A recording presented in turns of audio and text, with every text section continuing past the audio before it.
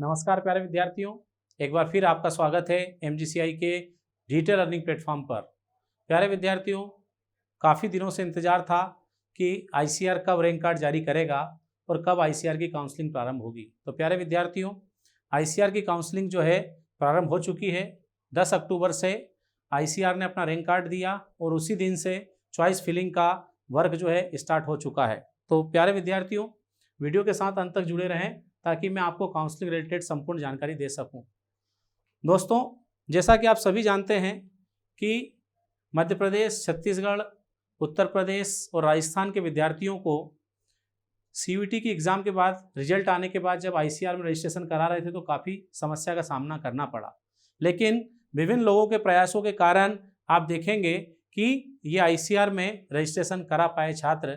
तो उन छात्रों की तरफ से मैं स्पेशल थैंक्स देना चाहता हूं, जैसे कि हमारे केंद्रीय कृषि मंत्री जी, हमारे मध्य प्रदेश शासन में कृषि मंत्री जी, साथ ही साथ गजेंद्र सिंह जी तोमर जो मुख्य सलाहकार मुख्यमंत्री मध्य प्रदेश है, उनके अथक प्रयास, साथ ही मध्य प्रदेश की दोनों जो एग्रीकल्चर यूनिवर्सिटीज़ हैं उनके vice chancellor professor PK Mishra sir and professor AK Shukla sir, साथ ही dean college of agriculture Indore Billore ma'am, इनको भी मैं स्पेशल थैंक्स देता हूं। इनके साथ साथ पूर्व विद्यार्थी जैसे MGCI के पूर्व छात्र रहे अमन अग्रवाल जो फाउंडर है फ्यूचर एग्रोनॉमिस्ट के, इन सभी के अथक प्रयासों के कारण ICAR ने इन विद्यार्थियों को रजिस्ट्रेशन करने दिया। इन सभी को मैं मध्य प्रदेश के और अन्य राज्यों के कृषि विद्यार्थियों की तरफ से बहुत बहुत धन्यवाद प्रेषित करता हूँ। प्यारे विद्यार्थियों, काउंसलिंग में हम लोग आगे बढ़ते हैं तो announcement of result by NTA ने जो रिजल्ट अनाउंस किया था ये 15 जुलाई को अनाउंस कर दिया था। लेकिन आप देखेंगे downloading of rank card, counselling schedule, counselling fee payment, display of seat matrix and choice filling, ये जो है ये स्टार्ट हो गई है 10 अक्टूबर से, मतलब मंगलवार से ये प्रारंभ हो चुकी है। प्यारे विद्यार्थियों, 15 अक्टूबर जो है संडे, ये लास्ट डेट है चॉइस फिलिंग की। सारी डेट को बड़े ध्यान से सुनेंगे और इसी के बीच आपको ये सारा जो मैं बता रहा हूँ प्रोसेस, इसको कंप्लीट कर लेना है। इसके बाद आगे चलते हैं। फर्स्ट राउंड जो है इसमें आप देखोगे कि 16 अक्टूबर से फर्स्ट राउंड जो है स्टार्ट हो रहा है। इसमें क्या है कि 16 अक्टूबर को हमारे को सीट अलॉटमेंट का पता चल जाएगा, है ना। इसके बाद online document uploading by the candidates, online response to queries raised by universities if any, resubmission of document, मतलब आपको उस दिन पता चल जाएगा। पता चलने के साथ साथ आपको डॉक्यूमेंट अपलोड करना है। यूनिवर्सिटी को अगर कोई डॉक्यूमेंट कम लगेगा तो आपको फिर से उस डॉक्यूमेंट को देना पड़ेगा। साथ ही deposition of seat acceptance fees and generation of provisional admission letter, ये आपको 16 अक्टूबर को मिलने वाला है शाम को 5 बजे तक। तो जैसे ही आपका सीट अलॉट हो जाता है, आपको ये सीट जो है इसको फिक्स करने के लिए फीस सबमिट करना है। फिर हम बात कर रहे हैं end of online document uploading. इसकी लास्ट डेट आप देखेंगे ये है 18 अक्टूबर। End of online document verification by the universities, इसकी डेट है 21 अक्टूबर। End of resubmission of document, अगर कोई कम रहा तो उसको रीसबमिट आप कर पाएंगे 22/10 तक। End of verification and resubmission remaining documents by the universities 23/10 तक ये हो पाएगा। End of seat acceptance fees deposition by candidate, seat को एक्सेप्ट करने की फीस जो है इसको आपको लास्ट डेट यहाँ पर दी गई है 25/10। End of fee reconciliation and online reporting by the university, ये 27/10 तक होगा। बड़े ध्यान से आपको ये सारी डेट का ध्यान रखना है और इसी के अनुसार हमारे को सारी जो प्रोसेस है उसको कर लेना है। ये फर्स्ट राउंड है। इसी तरह से जिन विद्यार्थियों को फर्स्ट राउंड में नहीं हो पाएगा उनके लिए सेकंड राउंड रहेगा।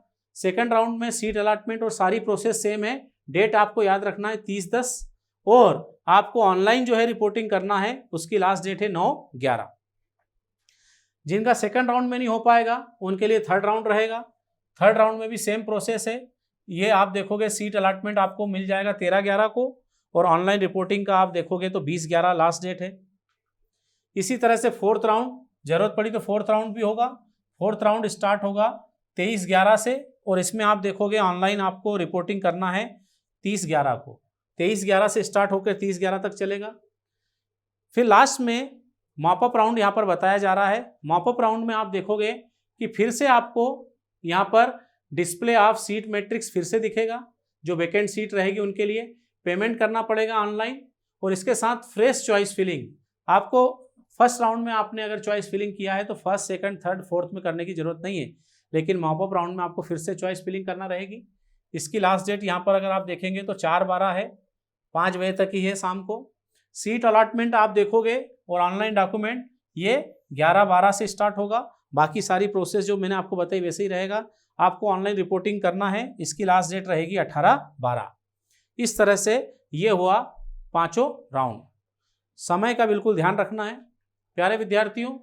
फॉर एनी टेक्निकल असिस्टेंस, कोई टेक्निकल असिस्टेंस चाहिए आपको, कैंडिडेट को कोई प्रॉब्लम आ रही है, तो हेल्प डेस्क मेनू में आप जाएंगे, जो कि होम पेज है आईसीआर काउंसलिंग पोर्टल का, उसी पर आपको ये मेनू मिलेगा। वहां पर आप उनसे बात कर सकते हैं, फ़ोन नंबर भी आपको वहां मिलेगा। इसके अलावा अगर हम लोग बात कर रहे हैं कि admitting universities for admission related queries, मतलब जो यूनिवर्सिटी में आपको एडमिशन मिलने वाला है उसकी जानकारी वहाँ पर है, वहाँ सारा नंबर रहेगा। आप उनसे भी कोई दिक्कत आती है तो बात कर सकते हैं अलॉटेड यूनिवर्सिटी में। फिर यहाँ पर कुछ इंस्ट्रक्शन दिए हैं कैंडिडेट के लिए। ऐसे कैंडिडेट जिनके सीयूटी एग्जाम में 0 या नेगेटिव मार्क आए हैं वो एलिजिबल नहीं है। इसके अलावा हम लोग देख रहे हैं there will be 4 rounds for counselling and the mop up round if needed. Upgradation will be permitted in the first, second and third round, मतलब आप अपग्रेड करा सकते हो फर्स्ट, सेकंड और थर्ड राउंड में। फोर्थ राउंड में आपको अपग्रेड करने का मौका नहीं मिलेगा और मॉपअप राउंड में भी नहीं मिलेगा। इसके बाद ICR does not allotted college to the candidate, मतलब कई बार हम विद्यार्थियों से सुनते हैं कि हमने किसी यूनिवर्सिटी में एडमिशन लिया था लेकिन हमको यूनिवर्सिटी कैंपस ना देकर कोई दूसरा कॉलेज दे दिया उस कैंपस के अलावा। तो ये आईसीआर डिसाइड नहीं करता है, यूनिवर्सिटी डिसाइड करती है अपने हिसाब से, सीट की आपकी अवेलेबिलिटी रैंक के हिसाब से वो आपको राउंड, किस राउंड में आपका एडमिशन हुआ उसके हिसाब से कैंपस अलॉट करता है, ये आईसीआर नहीं करता है। साथ में हम देख रहे हैं all the ICR agriculture universities system universities 74 numbers have been instructed to follow the eligibility criteria prescribed by the ICR for admission as notification in the CUT ICR UG 2023 information bulletin। मतलब सारी university को ICR ने ऐसा instruction दिया है कि उन्होंने जो इन्फॉर्मेशन बुलेटिन में जो भी क्राइटेरिया एलिजिबिलिटी का रखा था उसके हिसाब से आपको एडमिशन देना है। इसके साथ साथ ही आईसीआर ये 5th पॉइंट जो है इसमें बोलती है कि for the purpose this year rank card of the candidate contains information about the subject group in the class 12th। Class 12th में आपका जो सब्जेक्ट है वो मेंशन किया गया है, and the subject combination attempt in the CUT ICR UG 3, और CUT में उन्होंने कौन सा सब्जेक्ट जो है वो चूज किया है, दोनों। This means that candidate attempt a subject combination in CUT ICR UG 2023 must have passed this subject in 12th class examination. मतलब जिनसे उन्होंने 12th क्लास दी है वही सब्जेक्ट हमारा होना चाहिए किसमें, सीयूटी की एग्जाम में, ये आईसीआर ने बोला है। और अगर इस तरह से नहीं होता है तो वो स्टूडेंट एलिजिबल नहीं रहेंगे। आगे बढ़ते हैं। In case any particular board is not recognised or has been de-recognized by some university, ICR will not be held responsible for admitting student of that board in the universities not willing to admit such candidates। मतलब ऐसे candidate जिनका board जो है recognised अगर नहीं है तो उन विद्यार्थियों को एडमिशन नहीं दिया जाएगा। रिकॉग्नाइज्ड बोर्ड से आपका 12th पास होना चाहिए। Against total number of ICR seats available for a particular degree program in university, not more than 40% of ICR seat from one state would be allocated to any one university। मतलब कोई सी भी university में एक state के 40% से ज़्यादा विद्यार्थियों को मौका नहीं दिया जाएगा। इसके बाद candidates declare eligibility for registration and choice filling are advise to remain in regular touch with ICR website www.icr.org.in। मतलब जिन्होंने भी रजिस्ट्रेशन किया है, चॉइस फिलिंग की है, उन विद्यार्थियों को आईसीआर की जो वेबसाइट है इसके रेगुलर टच में रहना है। किसी कारण से अगर आपको टाइम पर मैसेज नहीं मिला, आईसीआर ने मैसेज किया, आपको ईमेल या मैसेज नहीं मिला है, तो उसके लिए आईसीआर रिस्पॉन्सिबल नहीं रहेगा, आपको यहाँ देखते रहना है। No claim or compensation for problem, अगर कोई प्रॉब्लम होती है तो आईसीआर की तरफ से कोई कंपनसेशन वगैरह आपको नहीं मिलेगा। For BSc honours community science programme. Community science में बीएससी ऑनर्स जो विद्यार्थी करना चाह रहे हैं वो अगर आप देखोगे तो चौधरी चरण सिंह हिसार यूनिवर्सिटी, फिर पंडित जय किशन तेलंगाना यूनिवर्सिटी। इसके अलावा अगर हम लोग बात करते हैं central agriculture university Imphal, only female candidates are eligible. मतलब ये प्रोग्राम के लिए ये तीनों यूनिवर्सिटी में केवल फीमेल कैंडिडेट ही एलिजिबल रहेंगे। The option for withdrawal cancellation of seats will be available. मतलब सीट कैंसिल करने का, अगर आप सीट नहीं लेना चाहते हैं तो उसको आप कैंसिल भी कर सकते हैं, इसका ऑप्शन है। लेकिन ये जो ऑप्शन है इसमें आपको ध्यान रखना है through applicant logging only. Applicant जो है वो लॉगिन करके खुद ही कैंसिल कर सकते हैं और किसी तरह से आप देखोगे सीट कैंसिल नहीं होगी। दोस्तों डॉक्यूमेंट्स कौन कौन से लगेंगे, तो यहाँ डॉक्यूमेंट्स में आपको बता रहा हूँ ऑनलाइन अपलोडिंग किनका करना है और physical reporting to allotted agriculture university after counselling. Counselling के बाद आपको कौन से डॉक्यूमेंट्स देना है, यहाँ राइट और आप देखोगे क्रॉस का साइन दिखेगा आप। तो proof of date of birth, date of birth का प्रूफ देना है। इसमें 10th की मार्कशीट, 12th की मार्कशीट, जिसमें भी डेट ऑफ बर्थ लिखी है वो चल जाएगा, या बर्थ सर्टिफिकेट चल जाएगा। सेकंड हम देख रहे हैं all certificate and marksheet, 10th और 12th की मार्कशीट भी आपको देना है।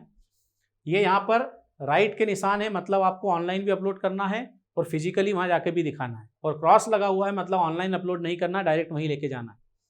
इसके बाद transfer certificate TC, admit card issue to the candidate by NTA, NTA ने जो एडमिट कार्ड दिया था वो, computer generated confirmation page of online application submission to NTA, ये आपको ऑनलाइन नहीं अपलोड करना है, वहाँ लेके जाना है। रैंक कार्ड जो है ये भी आपको ऑनलाइन अपलोड नहीं करना है, वहाँ लेके जाना है। अलॉटमेंट लेटर ये भी आपको ऑनलाइन अपलोड नहीं करना है, फिजिकल रिपोर्टिंग के टाइम पर लेके जाना है। इसके बाद प्रोविजनल एडमिशन लेटर, ये भी आपको ऑनलाइन नहीं देना है, वहीं लेके जाएंगे। पासपोर्ट साइज कलर फोटोग्राफ, ये भी आपको अपलोड नहीं करना है, फिजिकली लेके जाना है। आधार कार्ड जो है ये ऑनलाइन अपलोड करना है, वहाँ भी लेके जाना है। डोमिसाइल सर्टिफिकेट ऑनलाइन अपलोड भी करना है और फिजिकली लेके भी जाना है।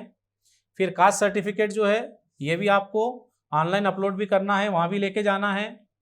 कैरेक्टर सर्टिफिकेट ऑनलाइन अपलोड भी करना है, लेके भी जाना है। मेडिकल सर्टिफिकेट जो है ये भी आपको ऑनलाइन भी अपलोड करना है और वहाँ भी लेकर जाना है। तो ये सारे डॉक्यूमेंट्स लगने वाले हैं। प्यारे विद्यार्थियों, ये मैंने आपको पूरी एडमिशन प्रोसेस बताई है।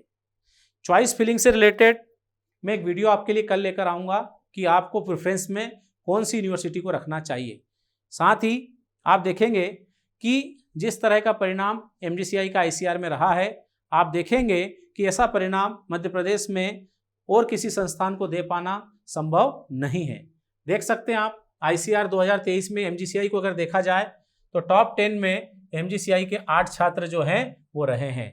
पूरे मध्य प्रदेश में आप देखोगे कि टॉप 10 में से 8 विद्यार्थी एमजीसीआई के और 2 विद्यार्थी में आप सारे संस्थानों को एक तरफ रख सकते हैं।